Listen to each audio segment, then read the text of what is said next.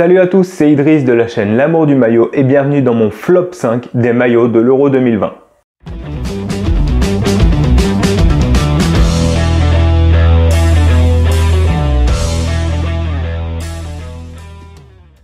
Pour cette vidéo, j'ai décidé d'inclure à la fois les maillots domicile et extérieur de la compétition, mais j'ai aussi décidé d'écarter les nouveaux maillots extérieurs de Puma. Pour en savoir plus sur ces maillots, je vous invite à aller faire un tour sur ma chaîne, je vous mets le lien ici et en description. Au passage, surtout, n'hésitez pas à vous abonner et à activer les notifications sur la chaîne Amour du maillot. À la 5e place de ce classement, j'ai décidé de mettre le maillot domicile de la Slovaquie. Autant les couleurs et les nuances fonctionnent, mais donner un tel modèle pour un maillot domicile d'une sélection nationale, franchement je trouve ça abusé de la part de Nike. C'est un maillot qui a tout pour être un maillot third, mais certainement pas un maillot domicile. À la 4e place du flop 5, on retrouve le maillot domicile de l'Espagne.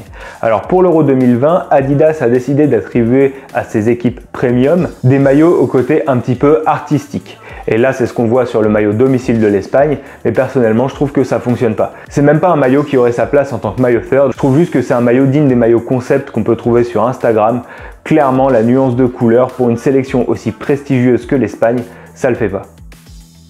À la 3e place du classement, encore une fois, un maillot domicile Adidas, celui de la Belgique. Le principe est le même que pour le maillot de l'Espagne, sauf que là, le maillot est d'autant plus audacieux. Et les traits noirs qui barrent le maillot, je trouve que ça fonctionne pas du tout. Ça lui donne un côté un peu bâclé, comme si Adidas avait voulu faire quelque chose d'original sans vraiment savoir où ils allaient. Dans l'ensemble, je trouve que la gamme Adidas pour 7 € est un peu ratée. À part le maillot extérieur de la Suède que vous pouvez retrouver dans mon top 5 des maillots extérieurs de l'Euro 2020, je trouve que tous les maillots Adidas qui ont un peu cette touche arty fonctionne pas. Le maillot domicile de l'Allemagne s'en sort un petit peu et encore je trouve qu'il aurait mérité d'être un petit peu plus carré, que les traits noirs auraient mérité d'être sobres. Mais sinon ces maillots là pour moi ils fonctionnent pas. C'est la même chose pour le maillot extérieur de la Belgique, pour le maillot extérieur de l'Espagne qui ont un côté un petit peu tapisserie. Je les ai pas inclus à ce flop puisqu'ils passent vu de loin.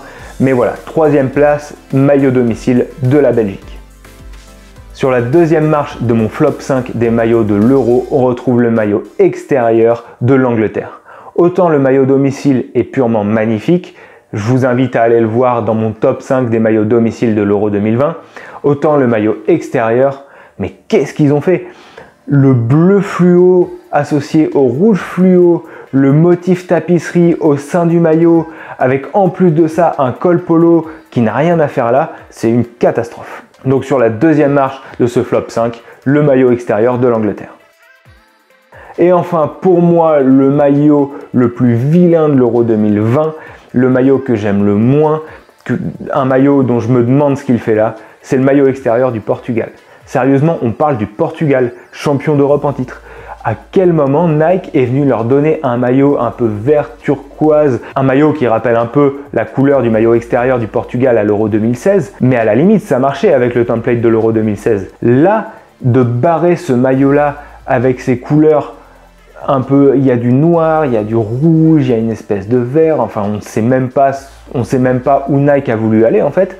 C'est un maillot qui, à la limite, aurait pu passer en maillot pré-match, comme Nike a pu le faire à la Coupe du Monde 2018 ou encore avec cette gamme-là pour l'Euro 2020, mais en maillot extérieur d'une sélection aussi prestigieuse, là franchement je trouve que c'est un faux pas. Quand on voit les maillots extérieurs que le Portugal a pu avoir par le passé, à quel point ils étaient beaux et à quel point Nike avait le potentiel de faire quelque chose de réussi et de voir que finalement ils ont décidé d'aller complètement à l'opposé juste par souci de créativité, et ben encore une fois pour moi c'est un no-go. Pour moi le pire maillot de l'Euro 2020, c'est le maillot extérieur du Portugal.